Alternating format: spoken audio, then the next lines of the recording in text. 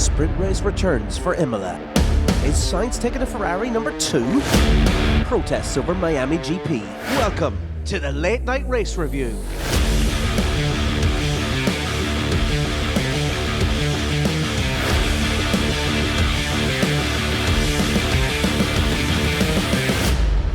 It's Monday!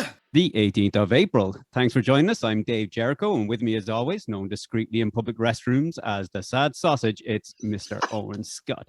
And joining us this week to add a little class to the cast, we have none other than Mr. Rob Matthews. If you like your Formula One news and reviews a day late and delivered with the same excitement as Owen Scott staring down a glory hole, then you've come to the right place. Don't forget to give us a follow, like, comment, or subscribe on social media and anywhere you get your podcasts. Now, with all that out of the way, let's get on with the show. It's race week, Dave. Rob? Yeah. We're back again. Thank God. Thank Finally. God. There's only one place to start, I think, when it comes to race week, and that's obviously Imola and the return of the sprint race. It's back. What's everyone's thoughts on the sprint race, and do you think it was a success last season? Was it a success? No, I don't think it was, if I'm honest. I don't think it added to the show that it should have. I think what happened last season was basically the teams were getting a little bit too cautious of making sure that they weren't wrecking their car for the Sunday. So what you had was the opening sort of 3 laps where everyone was jockeying for position. And then once we ended up seeing where everyone was going to be after 3 laps, everyone just sort of went into management mode then for the rest of the race. And yeah, I think it just fell flat. And then that's what we had then for the rest of the 3 races. So yeah, last season I wasn't a big fan of it now, I have to say. Rob? What about yourself, Rob? Well, yeah, it's a great idea. I do like the idea of it, but like you're saying there, it did kind of settle very quickly. I was expecting a lot more racing, really, because it's such a short format, and that's it. The tires as well. Sorry, go ahead. No, I was just going to jump in on what you were saying there as well. Like we were all expecting, like what you see in maybe Formula 2, everyone just going flat out for the checkered flag. But the tires just don't seem to last, and you ended up getting management, and then obviously the bigger teams now worrying about the cost of an accident that might incur and that type of stuff. But the cost caps in place then as well, like they'll be really worried about that kind of thing. Exactly, yeah. It's massive. I mean, when you look at even this season, that Mick Schumacher crash and the cost of that. I mean, can you imagine that happening on a Saturday before the featured race, when last season all you were getting was, what was it? You were getting 3 points if you won it. And I mean, like Haas weren't going to be getting those 3 points. So if they ended up with $1 million crash, for no points, and then going into the Sunday race having to repair that. Yeah. I think my hope for the sprints last season was that some of the lower teams were going to get a few points that they wouldn't have normally gotten on a Sunday. But looking at the three sprints that we had, the Silverstone, Monza and Brazil, I don't think the top 10 didn't really look any different to what Sunday's top 10 would have looked like anyway. There was no real surprises as far as I can see anyway. Lance Stroll maybe I think came 10th in Monza, but apart from that, it was all the usual players doing the usual parts. But again, that's because all you were seeing was 3 laps of racing and then holding station till maybe I think can't quite go, but I think there was 1 or 2 or one of the sprint races where you had sort of a last ditch for the line. But other than that, like on the last lap perhaps, but other than that, it was, you pretty much have 20 odd laps of just sort of holding station, minding the car, don't put too much wear on the engine. Yeah, it didn't do anything. But that's where I think the new format possibly might alternate, might change that up a little bit. With the new point system. Exactly. Yeah, I think. Yeah. So just explain for anyone who doesn't know, including myself, explain what that new format is in terms of points. What's changed since last season? So yeah, so basically, it's effectively the same format. The only difference, obviously, like say on the points, is that first place is getting 8 and 8th place is getting 1. So obviously every point, incrementing up from there. So there's a little bit more on the line. 8 points is a huge, like in a title race, 8 points is a lot. I mean, when you consider these guys are like, I mean, look at the Australia race where Leclerc was begging to go for the fastest lap, even though he already had the fastest lap. He was begging to go for that fastest lap, even though like that's 1 point. So if you consider these guys are going to get 8 points to win the sprint race, I think there's more incentive there to put a little bit more on the line that they would have last year, I think. I think that the concept of it really adds to the excitement, for me anyway. It definitely adds to the excitement of the weekend. We were meant to have 6 this year, but we're only coming away with 3 again due to the standoff between the teams over budget caps. And yeah, again, the format, we've kind of covered the format at this stage. But what do you see in the future of sprint races? Is it going to be an every race thing, or are they just using this sporadically throughout the season, do you think, going forward? I don't know. I think this is what kind of annoys me a little bit about Formula One. Like, they're reducing cost caps. You know, they're sort of going sustainable fuels, and they're making all the right sort of noises. You know, they're going, the cost caps help the lower teams, all that type of stuff. You're like, yeah, it all sounds great until then they decide to try and say, okay, we're going with 25, 26, 27 races on a calendar by 2025 or 2026, whatever. And you're thinking, okay, but the cost cap, okay, it might increment a little bit over that time. But then you're trying to decide, okay, this year we were supposed to have 6 sprint races. So, okay, let's say if it went well and they had 6 this year, next year, what, we're going to have 9 sprint races and still keep the cost cap at 140 million.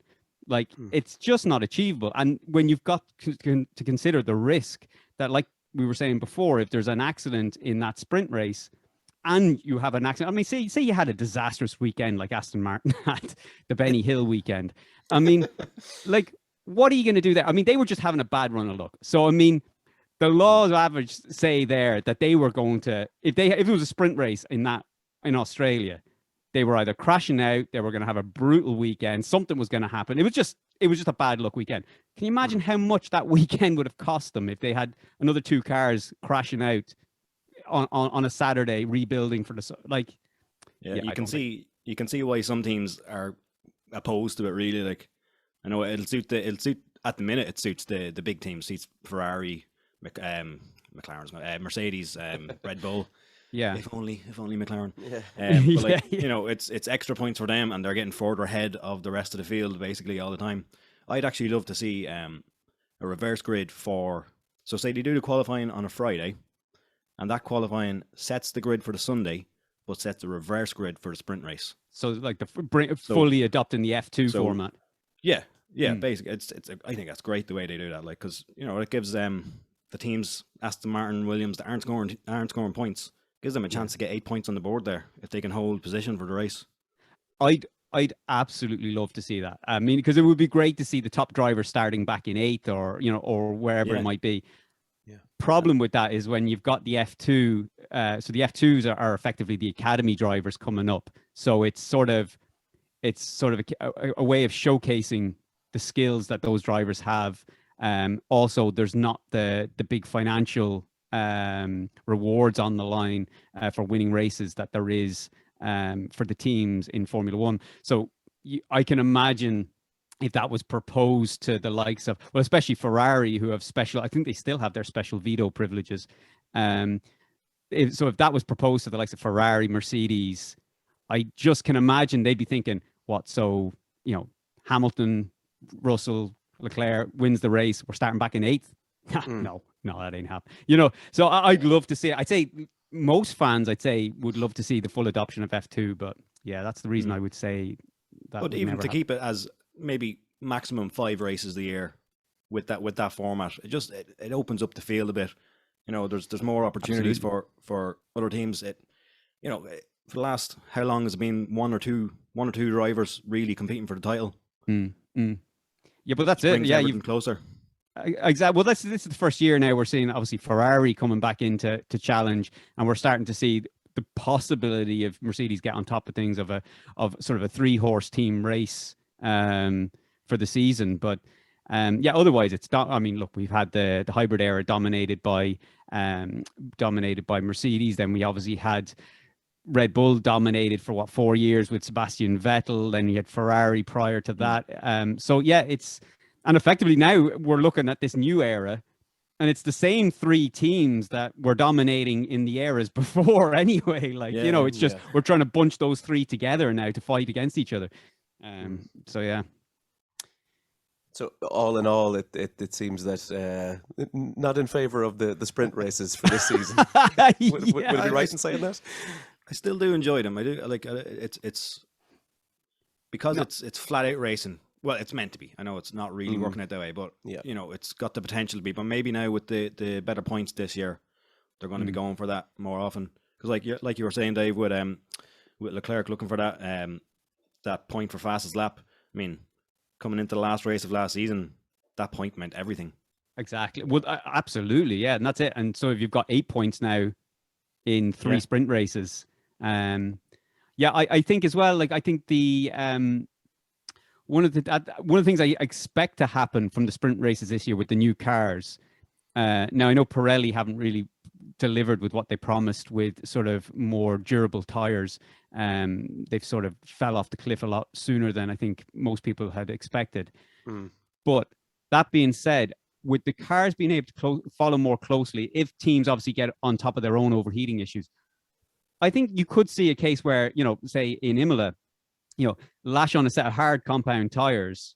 If these cars can race closer together, those cars and those tires don't go off the cliff as easy, and 8 points on the line, you might just see what we're expecting, which is, you know, maybe sort of the top 6, top 8 drivers absolutely going hell for leather right to the end. Like, I mean, I don't see any reason why not. 8 points on the line. It's a lot of points. Yeah, absolutely. Like, on average, what are we seeing out of, say, the soft compound tires in terms of laps at the moment? Do you know offhand? For Imola? I don't know. I'll be honest, I haven't even checked what compounds they're bringing to Imola. So I don't even know what they're bringing. I don't even know whether Pirelli have announced that yet, actually. I haven't seen anything online. No, I haven't seen anything yet. It'd be similar, I'd imagine, to Melbourne. Like temperature-wise, would be quite similar, wouldn't it? I would imagine so. I'd imagine so. The only thing is, obviously, this is way beyond my pay grade, but I know like the asphalt and stuff like that, depending on the type of asphalt that's laid, that can have more wear on the tire. Yeah, because Melbourne's a city or a street track. Exactly. Yeah. So it's a different type of grade and stuff like that. So yeah, it's stuff I don't really know. I don't know a lot about, so I'm going to shut up and not fucking talk myself into a hole. But yeah, I'm sure that'll come into it as well. I don't know if Imola's the best track for the sprint, to be honest. Like, there's not a whole lot of overtaking opportunity there. And that's kind of what you want to see in the sprint race. Well, to me anyway. Yeah, I'll be honest, I don't know. I think one thing I think it might come from Imola will be just, again, if we can just see them going, even if there's not a lot of overtaking, but we do still see a lot of hard racing. Do you know what I mean? Like sort of, you know, nice bumper to bumper. Yeah, exactly. Nice and close racing. Not really worrying about the tires going off, and also, you know, if we can at least just see that there's value to those drivers and the teams for those 8 points, I think we'll at least get that from Imola. We'll actually be able to see, okay, these guys do value those 8 points. Obviously, we know there's a value there, but to be able to show that on track with the racing, in which case then leading into what are we in? Is it Austria then? Is the next sprint? No, sorry. Austria. Yeah, it is Austria. Sorry, yeah. And then Brazil. So yeah, they'll be good ones actually. Austria and Brazil. Yeah, Austria should be good. Yeah, good tracks for sprint races. Speaking of Imola and all things Italian, Ferrari top of the pile at the moment and coming into their home race in fantastic form, but Leclerc clearly pushing out his lead in the Drivers' Championship. What are your thoughts on the first and second driver situation there? Well, yeah, we were talking about this in the last podcast, but I think this is definitely going to be a race that Carlos Sainz is going to have to deliver, and I think, correct me if I'm wrong, Scotty, but I think I went with Carlos Sainz for the win this weekend. You did, yeah. And that's in hard. Purely, yeah. I've really gone all in on Sainz this weekend. But I think that's going to be because he knows there was mistakes made. He got overeager in Australia, but if you know he's a lot to prove to start with, he's a lot to recover, and I think if he can, you know, keep that aggression under control. And he can pull out a big performance, then I think that gives a bit more balance in that decision making, that it's not going to be as clear cut. Even if he came in second, but it was, you know, he was within a couple of seconds of Leclerc, you know, they were crossing the line within sort of 2-3 seconds.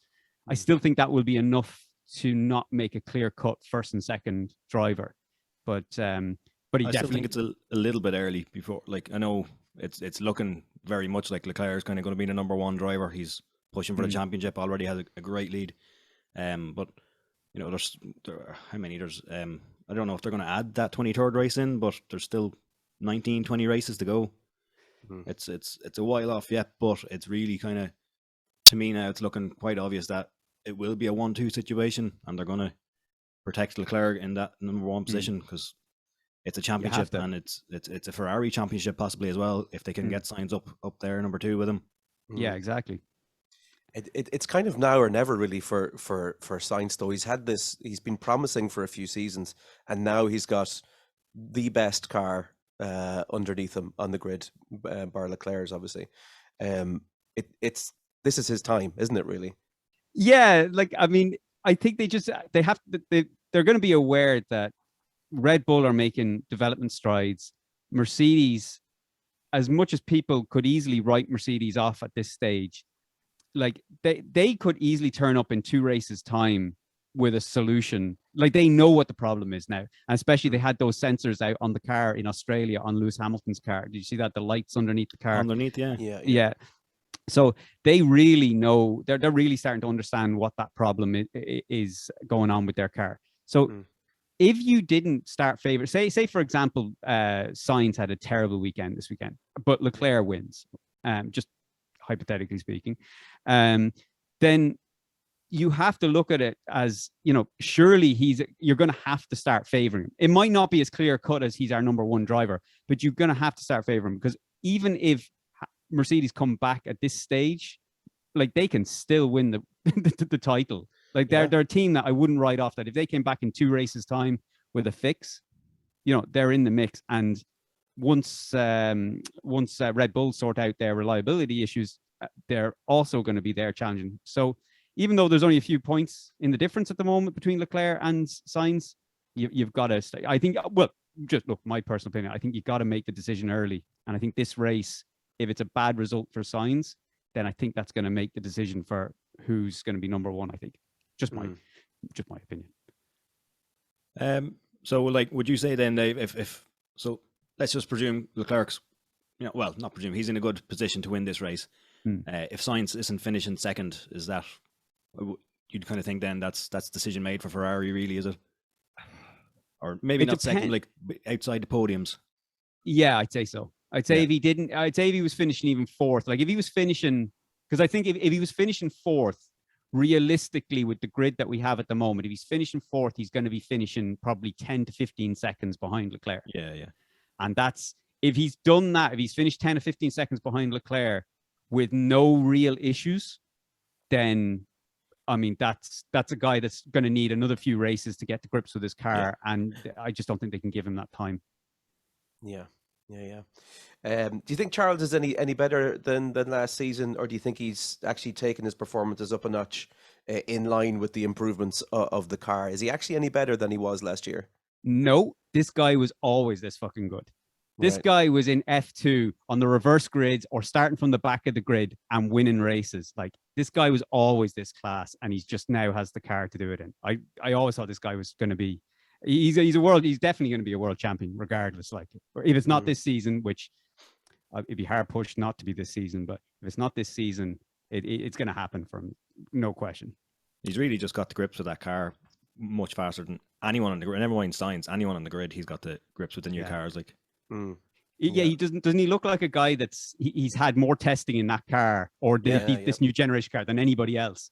But even like from looking at like Bahrain and Jeddah, the way I know Verstappen kind of came back and took Jeddah, but God, he had Verstappen's number in them 2 races. Unbelievable. Yeah.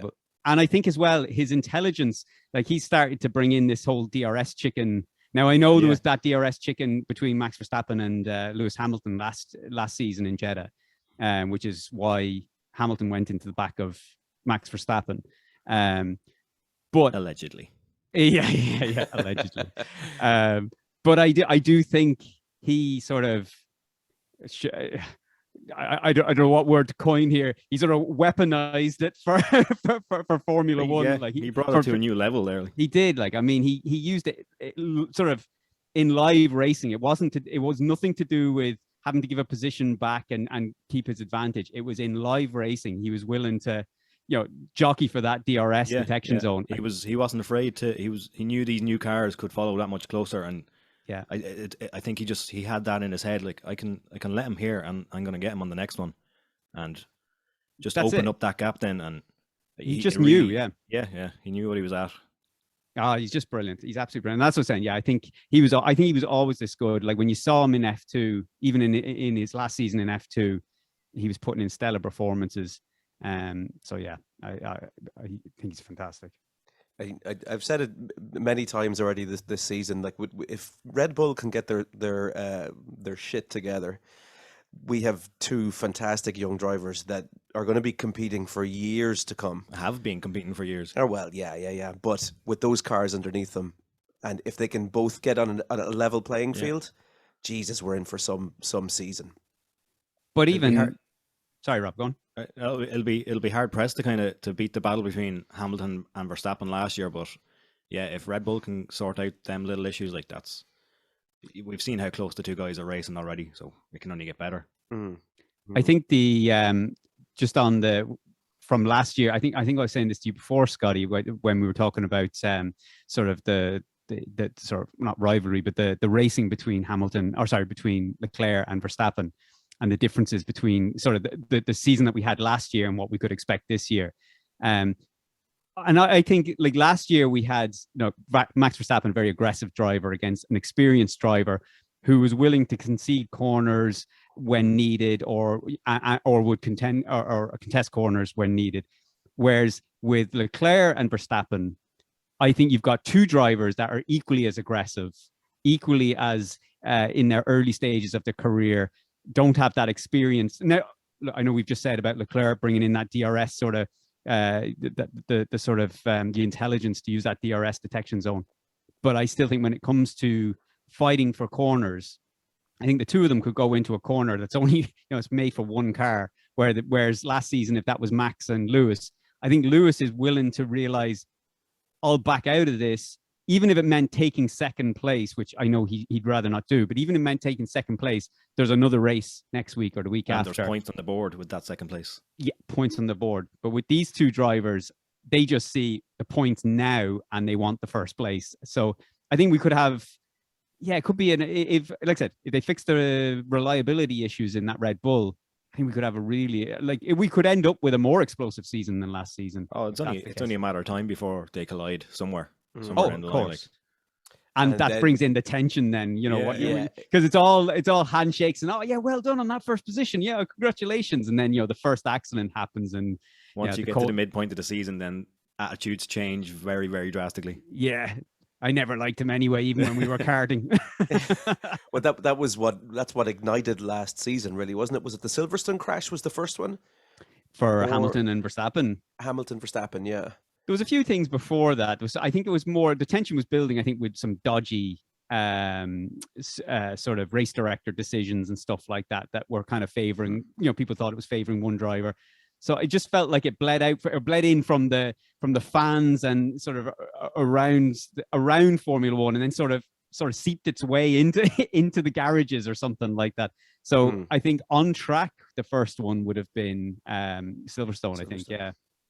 Yeah, another sprint weekend as well last season. It was, yeah.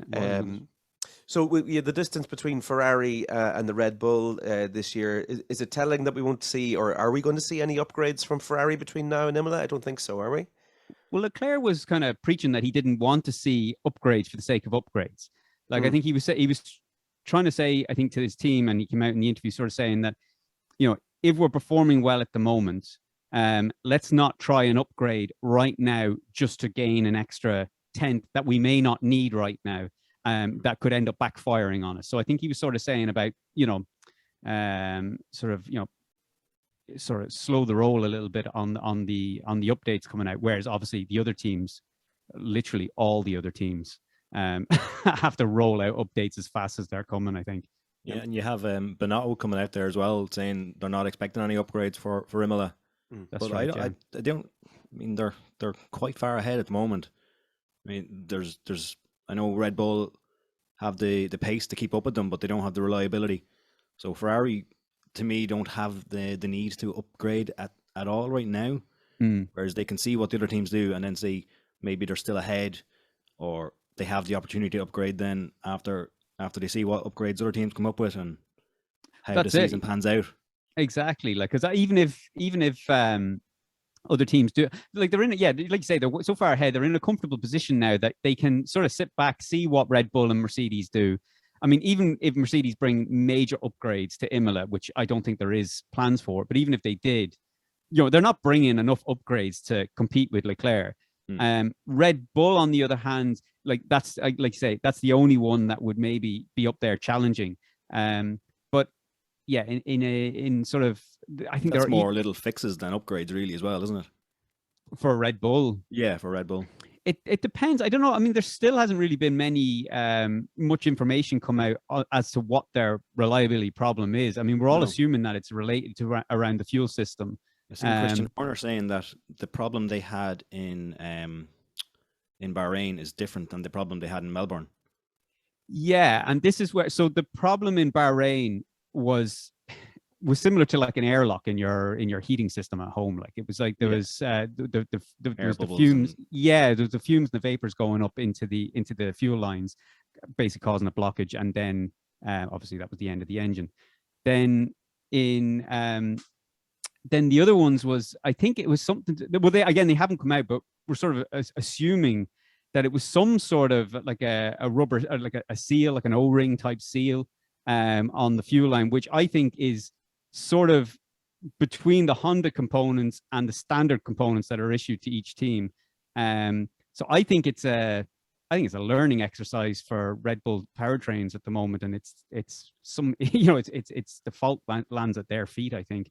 Do you think they'd be kind of sweating at the minute? Like, I think back to 17, 18, Ricciardo, not that he was challenging for the title, but he was up there regularly. Well, I suppose, think back a couple of seasons before that, he was getting podiums all the time with that Renault engine. And then they had 2 years of so many DNFs, and they dropped off a long way. I think they finished behind Ferrari in them couple of seasons as well, did they? Yeah, I think for Red Bull, though, I think it's a difference between the fact that theirs is a reliability issue and again, I think all of it seems to relate around the fuel system. So I think they probably know already fairly well, or they probably even knew after it happened that what the issue was. So I'm thinking it's something they're going to be able to fix pretty easily. Because like I said, it's not an engine, it's not a major component, I don't think, of the car that's failing. It's something quite small, which obviously has a catastrophic outcome. So for them, I think that's something that they're going to be able to understand and fix quite easily, as compared to the likes of McLaren or Mercedes or something like that, which is a bigger disaster altogether. Let's look a little bit past Imola. Let's go to the next race on the calendar, or possibly the next race on the calendar. There's been a lot of talk this week about a last-ditch attempt to have the Miami GP banned. And we're about 17 days out until FP1. Do you think there's much hope of the residents getting their wishes, or are we 100% getting a race in Miami on the 6th of May? I think it's going ahead. Yeah, I'd agree with that. There's no way at this stage. I mean, there's going to be protests right up to race day, even on race day, but it'll still just happen. It's one weekend. They can probably get a few free tickets, and away you go, lads. Enjoy the race. We'll be gone soon. Yeah, I think as well that the fact that if they hadn't had all the other lawsuits and stuff dismissed, like they just changed their tune to, like, it's just, they're just grasping at straws. Like, I mean, the first one, like we saying, was the they were talking about it was racial discrimination was the lawsuit that they filed back in 2020, and that got thrown out in July. So that lasted 7 months, got thrown out in July by the judge, and now they've applied again, not applied for their new driver's licenses. They've filed a new lawsuit again, and this time, though, it's under noise pollution and health concerns.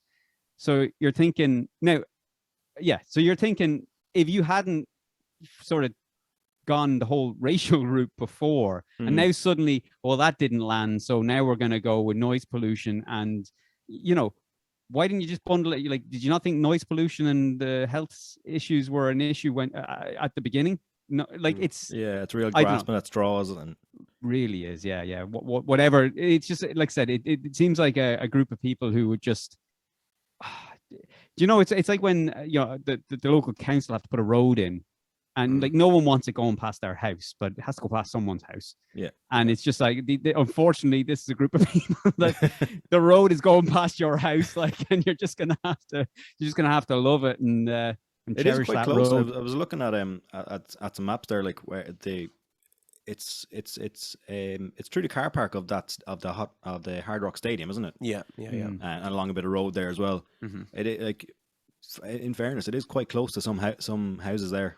But so is the Hard Rock Stadium. Yeah. So I was looking at some of the levels that the NFL games generate in terms of decibels, and you have anywhere between 80 to 100 decibels for an NFL game. It's in the same complex. It's going by the same complex, and the argument is that 98 decibels from the F1 race is that's what they're giving out about. So they've nothing really to stand on here, do they? I'm sure they put some concerts on in that stadium as well. Yeah, sure. I mean, that'd be hitting 120 decibels, wouldn't it? Yeah, has to be. Yeah, absolutely. So yeah, they don't really have a leg to stand on here. No. Maybe they should get in contact with the Crow Park residents. They might, might give them some advice. Some Ed Sheeran how you get rid of it. The only thing the one thing I'd say on, I don't know how many races though are like, because it's not a fixed track. I don't know how often they're going to use this outside of Formula One. Like, I don't think it's a Formula One dedicated track. So I don't know whether they're going to use this for like maybe IndyCar or any other. So IndyCar would be a lot louder than Formula One. Now, I think in the lawsuit, though, it was filed, they were talking about Formula One, a race being at something like 97 decibels or something like that. I can't, was it something like that, Scotty? Yeah, 98 decibels, yeah.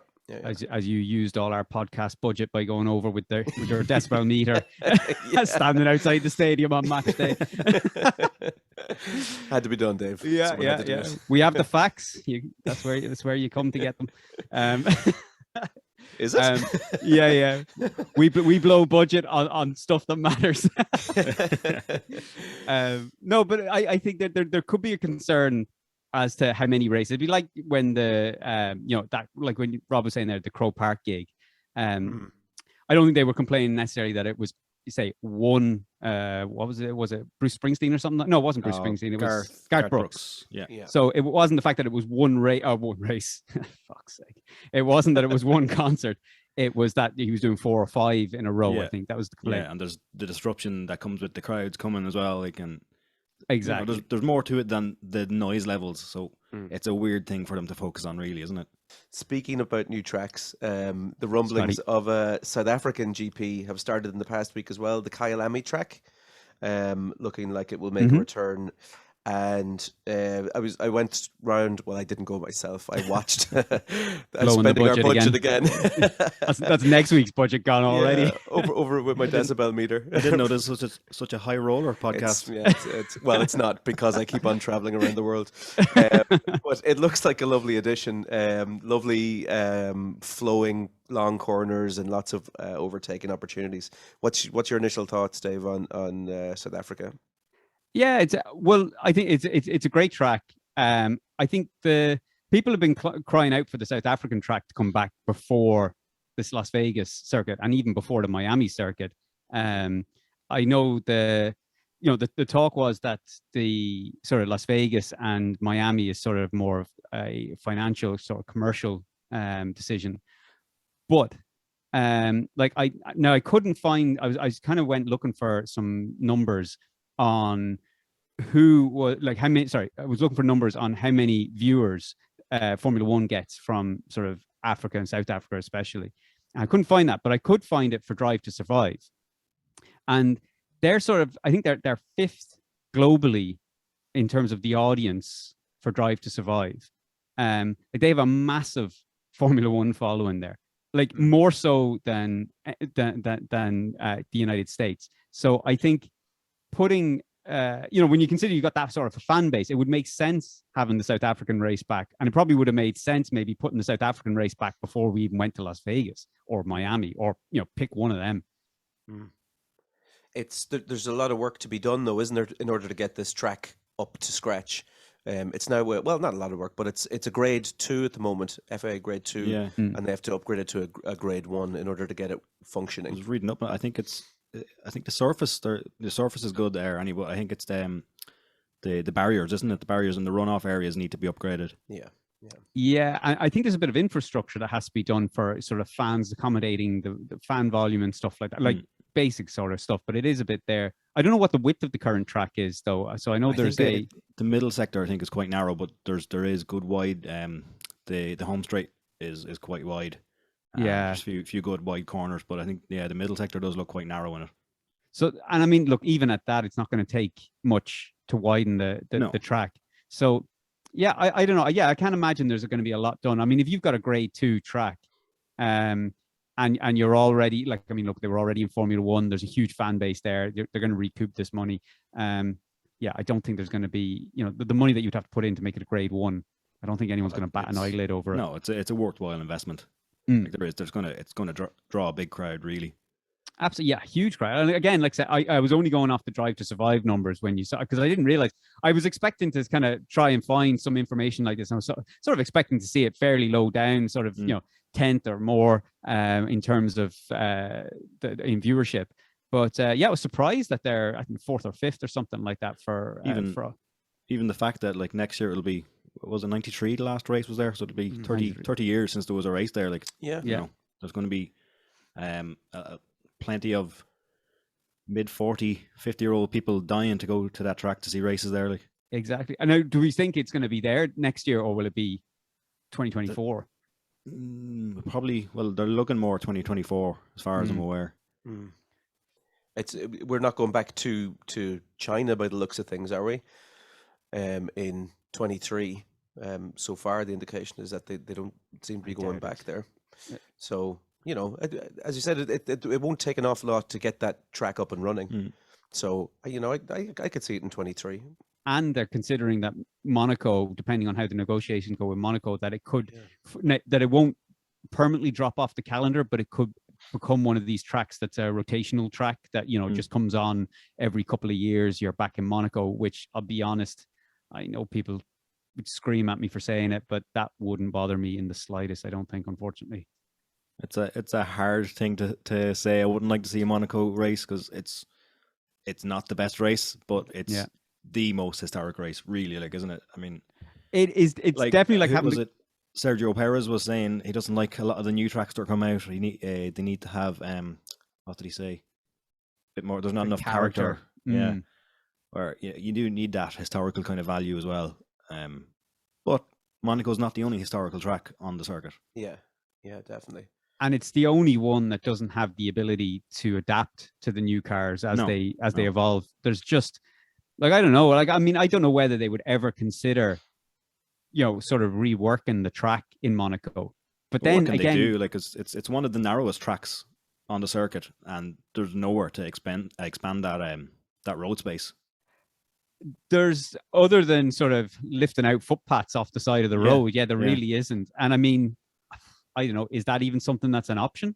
Like, and I don't mean permanently remove footpaths, but I mean, is there some sort of temporary solution where you have a, sort of you removed fixed footpaths, and then sort of for the rest of the year you have these, I don't know, like some sort of footpaths that are laid down that are almost, when I say temporary, I know that sounds a ridiculous thing to say, but something that can be removed easily, that they're sort of bolted down, almost like some curbs that you see on racetracks.